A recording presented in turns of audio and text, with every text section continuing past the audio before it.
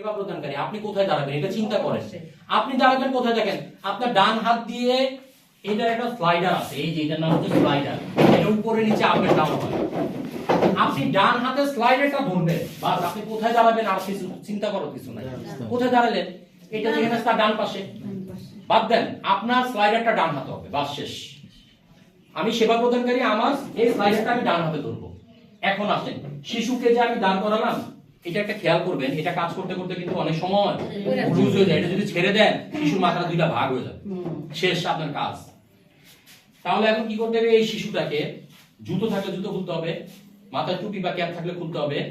তারপর কি করতে হবে, শিশুটাকে সোজা করে দাঁড় করাতে হবে। এই যে পায়ের এই ব্যাক সাইডটা এটার সাথে কাঠের সাথে লাগাই দিতে হবে, কোমর সাইডটা কাঠের সাথে লাগাইতে হবে, পিঠের সাইডটা কাঠের সাথে লাগাইতে হবে, মাথার সাইডটা কাঠের সাথে লাগাইতে হবে। এখন আসেন, ভাই বসবে, হাঁটু গেড়ে বসবে, ডান হাতটা থাকবে শিশুর ঠিক এই জায়গাটায়, এই যে আমি দেখাচ্ছি, ডান হাতটা থাকবে এই জায়গায়, আর বাম হাতটা থাকবে হাঁটুর মধ্যে, যেভাবে চাপ দেওয়া। কার এটা? শিশুর বাবা অথবা আমার যদি কোনো সহকারী থাকে, যেখানে আমি আমার কর্মক্ষেত্র ওনার। তাহলে বাম হাতটা কই থাকবে? হাঁটুর মধ্যে। ডান হাতটা কই থাকবে?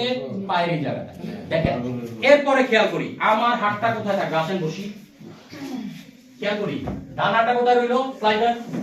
আর বাম হাতটা শিশুর চোয়ালে আছে, চোয়ালে। ভাই আর একটু চাপ দিয়ে শুনে এই শিশু কি লড়তে পারবে না?